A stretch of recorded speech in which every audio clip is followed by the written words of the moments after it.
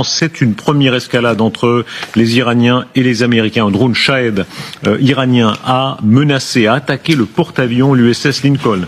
Les F-35 américains ont décollé aussitôt. Ils ont engagé le combat. Nous suivons cet engrenage en direct. On va voir de quelle façon l'armée américaine est en train de pousser son dispositif dans la plus grande urgence. Et nous ont rejoint sur ce plateau le général d'armée Pierre de Villiers. Bonsoir.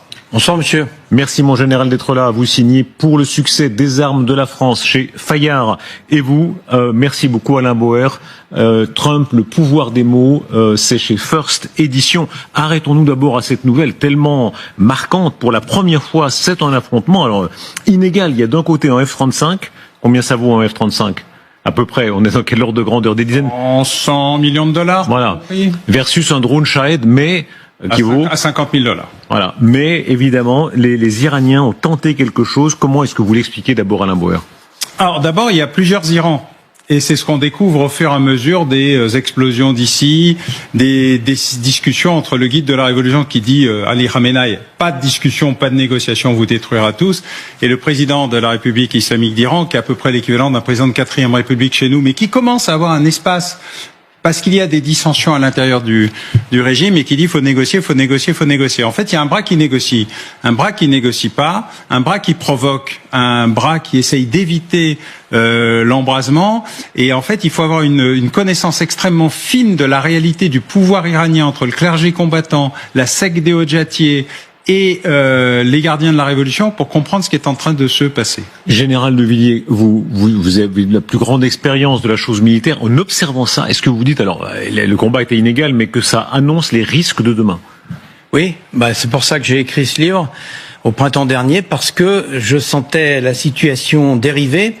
Je l'avais pressenti en 2017 et depuis 2015, à dire vrai, avec les attentats, parce que nous cumulons le retour des États-puissances et le terrorisme islamiste radical. Et c'est ce cumul des deux, distincts mais pas disjoints, qui fait que nous sommes dans un monde qui n'est plus stabilisé. Les stabilisateurs automatiques, les organisations internationales qui régissaient l'ordre international depuis la fin de la Seconde Guerre mondiale ne fonctionnent plus. Et on a ce monde volatile, incertain, et la journée d'aujourd'hui est une illustration. Mais je crains que ça ne continue à dériver et à s'accélérer. La Maison-Blanche s'exprime ce soir, c'est tombé il y a quelques instants, par la voix de Caroline Leavitt, la porte-parole du président Trump. Le commandant central américain a pris la décision d'abattre ce drone iranien. Il adoptait une attitude agressive envers l'USS Lincoln. Donald Trump reste déterminé à privilégier la diplomatie, mais il faut être deux pour danser le tango. Est-ce que la logique de guerre est lancée ? En réalité, on parle de négociation, il y a le chantage sur le nucléaire. Est-ce qu'en fait, tout ça va vers l'affrontement ?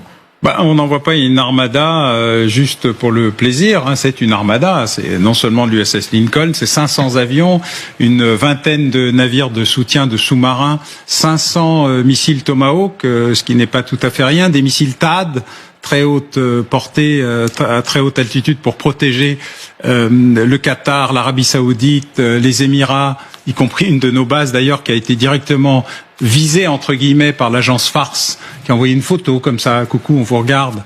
Et puis Israël, donc il y a des enjeux tout à fait considérables. Et le problème, c'est qui aura le dessus dans le processus de négociation. Et puis il y a trois problèmes. Le blocus, c'est déjà le cas, y compris sur des arraisonnements de bâtiments iraniens, l'intervention ciblée ou une négociation très forte. Et Donald Trump, je le raconte dans mon livre, il a toujours eu cette pratique de